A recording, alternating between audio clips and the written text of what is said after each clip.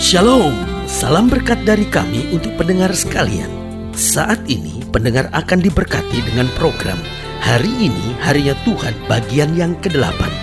Sebuah program rohani tentang doktrin Alkitab yang menolong kita untuk semakin tertanam dalam kebenaran firman dan bertumbuh dalam kemuliaan. Bersama hambanya, Pendeta Gilbert Lumwendong, STH. Banyak orang merasa doktrin Alkitab sebagai sesuatu yang membingungkan. Tetapi tahukah saudara bahwa doktrin Alkitab intinya adalah memahami Alkitab dengan benar, dengan pemahaman yang sistematis, sehingga kita terus dapat tertanam di dalam kebenaran firman, sehingga kita terus bertumbuh di dalam kemuliaan Allah. Buka hati saudara sekalian untuk menerima berkat-berkat firman. Pertobatan adalah tindakan dan keputusan yang terbaik yang dapat diambil oleh seseorang. Kalau saudara bertanya kepada saya, kenapa pendeta kok bertobat itu adalah tindakan serta keputusan yang terbaik yang dapat diambil oleh seseorang? Yang pertama saya pelajari, karena orang bertobat, dia memberi kesempatan kepada Allah untuk mengatur dan mengendalikan kehidupannya. Nah, tahukah saudara, banyak kali kita buat kesalahan. Kenapa? Karena kita membiarkan uang yang mengatur dan mengendalikan hidup kita. Seringkali kita membiarkan keegoisan kita yang mengatur dan mengendalikan diri kita. Dan saudaraku yang kasih dalam Tuhan, kalau uang yang ngatur hidup kita, mengendalikan hidup kita, maka hidup kita akan hancur. Kalau ambisi kita yang mengatur dan mengendalikan hidup kita, hancur hidup kita. Kalau hawa nafsu daging kita yang mengatur dan mengendalikan hidup kita, maka saudaraku yang kasih dalam Tuhan, hari depan kita adalah hari depan yang penuh dengan air mata. Makanya sebagai hamba Allah, saya perlu tekankan buat saudara, orang yang bertobat adalah orang yang memberi kesempatan kepada Allah untuk mengatur dan mengendalikan hidupnya, sehingga dia dapat berani berkata, hidupku bukannya aku lagi, tapi Kristus yang hidup di dalam aku. Haleluya. Yang kedua saya pelajari, orang yang bertobat adalah orang yang memutuskan hubungan dengan segala kuasa kegelapan. Nah, tahukah saudara, yang membuat hidup kita terjajah, yang membuat kita menderita, yang membuat hidup kita tertekan, yang membuat hidup kita binasa adalah segala kuasa-kuasa kegelapan. Nah, ada banyak orang main-main dengan kuasa-kuasa kegelapan, padahal Alkitab berkata iblis ini menyamar seperti malaikat terang. Memang kadangkala awalnya kelihatannya indah yang iblis tawarkan, tetapi jangan salah, iblis gak punya sesuatu yang baik, karena segala sesuatu yang kelihatannya baik dari setan itu sebetulnya hanya manipulasi. Itu sebenarnya hanya hal-hal yang jahat yang dia palsukan. Karena Alkitab berkata iblis menyamar sebagai malaikat terang. Iblis ahli dalam mengadakan penyamaran, dan bodohnya manusia yang tidak hidup dalam firman adalah mereka tertipu oleh segala tipu daya muslihat dari kuasa-kuasa kegelapan. Jadi ingat, kenapa pertobatan adalah keputusan yang terbaik? Karena dengan bertobat kita memberi kesempatan kepada Allah untuk mengatur dan mengendalikan hidup kita. Yang kedua, dengan bertobat kita memutuskan segala hubungan kita dengan kuasa kegelapan. Yang ketiga saya pelajari, bertobat membuat kita menyadari kesalahan dan siap memperbaikinya. Nah, yang membuat hidup kita gak bisa maju-maju adalah kita tahu kita salah, tapi kita tetap berkeras hati. Atau lebih parahnya lagi, ada orang-orang yang gak tahu bahwa dia salah, tetapi orang yang bertobat, dia menyadari kesalahannya, lalu kemudian dia siap memperbaiki kesalahannya, sehingga hidupnya hari demi hari makin lama makin maju, makin lama makin sukses, makin lama makin bertumbuh, makin lama makin berkenan kepada Tuhan. Dan yang keempat saya pelajari, kenapa sih bertobat itu adalah tindakan dan keputusan yang terbaik? Karena orang yang bertobat adalah orang yang hati-hati dalam langkah selanjutnya. Dia pernah tahu dosa itu pahit, dia pernah tahu kejatuhan itu menyebalkan dan menghancurkan.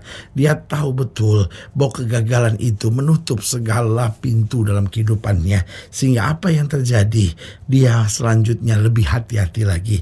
Dia sudah bertobat, dia sekarang hati-hati dalam langkah selanjutnya, sehingga tidak miring ke kiri maupun miring ke kanan, tetapi berjalan terus dalam pimpinan Tuhan. Haleluya. Selamat datang dalam program kita Hari Ini Harinya Tuhan, sebuah program rohani yang kembali mengingatkan kepada kita betapa pentingnya kita menjadikan firman Tuhan sebagai dasar keseharian hidup kita. Karena selama kita menjadikan firman Tuhan sebagai dasar keseharian hidup kita, langkah-langkah ke depan kita penuh dengan kepastian, kemenangan, berkat, mujizat, dan perkara-perkara besar. Haleluya.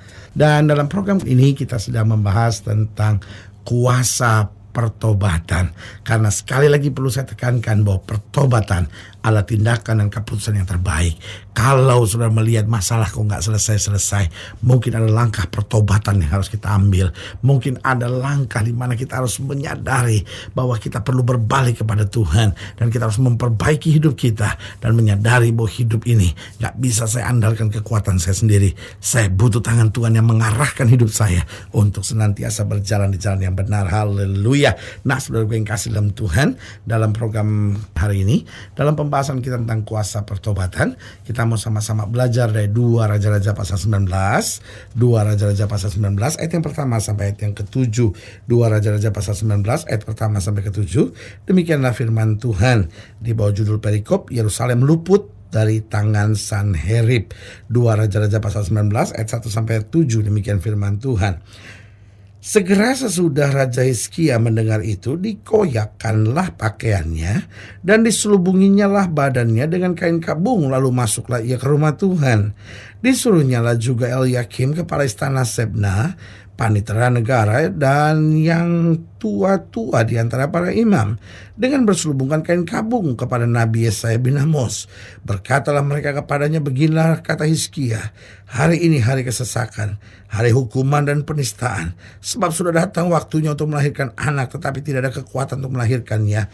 Mungkin Tuhan Allahmu sudah mendengar segala perkataan juru minuman agung yang telah diutus oleh Raja Asyur tuannya untuk mencela Allah yang hidup, sehingga Tuhan Allahmu mau memberi hukuman karena perkataan-perkataan yang telah didengarnya.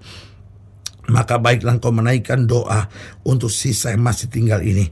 Perhatikan, maka baiklah engkau menaikkan doa untuk sisa yang masih tinggal ini. Ketika pegawai-pegawai Raja Hizkia sampai kepada Yesaya, berkatalah Yesaya kepada mereka, beginilah kamu katakan pada Tuhanmu, beginilah firman Tuhan, janganlah engkau takut terhadap perkataan yang kau dengar, yang telah diucapkan oleh budak-budak Raja Asyur untuk menghujat aku. Sesungguhnya aku akan menyuruh satu roh masuk di dalamnya, sehingga ia mendengar suatu kabar dan pulang ke negerinya. Aku akan membuat dia mati rebah oleh pedang di negerinya sendiri. Saudaraku yang kasih dalam Tuhan, Allah bertindak. Setelah ayat pertama bilang, segera sesudah Raja Hizkia mendengar itu, dikoyakkannya lah pakaiannya. Dikoyakkan pakaian itu tanda pertobatannya. Dia justru tidak emosi, dia justru tidak marah, dia justru tidak coba melawan dengan kekuatannya, tapi dia koyakkan jubahnya, tanda pertobatannya. Nah, saudaraku yang kasih dalam Tuhan, berarti kita melihat kuasa pertobatan di sini sangat luar biasa. Kalau saudara bertanya sama saya, kenapa pendeta kuasa pertobatan luar biasa? Jawaban saya yang pertama, karena pertobatan mendatangkan pemulihan dari segala kerusakan. Tahukah saudara, setan itu selalu mau merusak. Setan ingin merusak pikiran kita, setan ingin merusak mentaliti kita, setan ingin merusak hari depan kita, setan ingin merusak rumah tangga kita, setan ingin merusak cara berpikir kita, setan ingin merusak hidup moral kita, setan ingin merusak segala-galanya. Nah, pertobatan dia justru mendatangkan pemulihan dari segala kerusakan.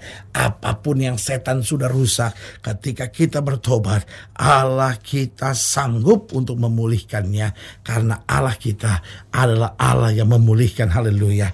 Yang kedua, kuasa pertobatan saya pelajari bahwa pertobatan mendatangkan mujizat-mujizat yang dahsyat. Seringkali mujizat belum terjadi, bukan karena doa pendeta kurang mantap. Seringkali mujizat tidak terjadi, bukan karena takdir. Mujizat tidak terjadi bukan karena doa kita kurang didengar oleh Tuhan, tetapi ini yang harus saya tegaskan buat setiap pendengar sekalian, bahwa seringkali doa-doa kita belum dijawab, doa-doa kita belum menjadi mujizat, karena masih ada dosa yang kita belum bertobat. Karena itu waktu kita bertobat sungguh-sungguh, pertobatan itu akan mendatangkan mujizat yang dahsyat. Haleluya. Dan yang ketiga, saya pelajari bahwa kuasa pertobatan itu adalah di mana pertobatan mendatangkan damai dan sukacita di hati. Tahukah saudara, orang kalau bertobat, dia lepas dari beban dosa, maka yang terjadi ada damai yang luar biasa, ada sukacita yang mengalir bagaikan air dalam hidupnya. Karena itu sebagai hamba Allah, saya mau ingatkan, kalau ada hal-hal yang belum beres dalam hidup kita, bertobatlah, bertobat, maka engkau akan melihat pemulihan, engkau akan melihat mujizat demi mujizat, engkau akan melihat damai sukacita yang luar biasa. Haleluya. Dan yang keempat, saya pelajari pertobatan itu penting. penting, karena pertobatan dia mendatangkan kekuatan untuk menghadapi berbagai pergumulan. Saudaraku yang kasih dalam Tuhan, kadangkala kita nggak punya kekuatan. Kenapa? Karena hidup kita sendiri nggak beres, hidup kita sendiri dalam dosa, sehingga apa yang terjadi? Kita nggak punya kekuatan untuk bertindak, kita nggak punya kekuatan untuk maju, kita nggak punya kekuatan untuk melangkah, apalagi untuk berperang melawan musuh. Karena itu sebagai hamba Allah, saya hanya mau ingatkan, mari kita bertobat untuk kesalahan-kesalahan kecil. Karena memang pertobatan ada dua. Yang pertama adalah pertobatan yang utama. Apa itu pertobatan yang utama? Di mana kita menerima Yesus sebagai Tuhan dan Juru Selamat. Dari orang berdosa, kita diubahkannya sebagai warga kerajaan Allah. Tetapi pertobatan yang lain adalah pertobatan setiap hari. Artinya setiap hari kita harus bertobat. Kalau ada kata-kata, ada perbuatan, ada tindakan yang Tuhan tidak kehendaki, kita bertobat terus, maka kita akan melihat pemulihan, kita akan melihat mujizat, kita akan melihat damai dan sukacita, dan akhirnya kita akan melihat kekuatan yang Tuhan berikan bagi kita untuk kita mampu menghadapi berbagai pergumulan. Haleluya. Karena itu saudaraku yang kekasih dalam Tuhan, jika seorang yang lainnya lebih jauh, hubungi kami melalui telepon, hubungi kami melalui surat, kunjungi website kami. Karena kami ada untuk membawa Bapak Ibu Saudara senantiasa lebih dekat pada Tuhan dan mengalami kasih kuasa mujizat yang luar biasa. Haleluya. Secara khusus melalui program ini juga saya mau berdoa buat setiap orang yang sakit, setiap orang yang berbeban berat. Karena saya percaya bahwa bagi Allah tidak ada perkara yang mustahil.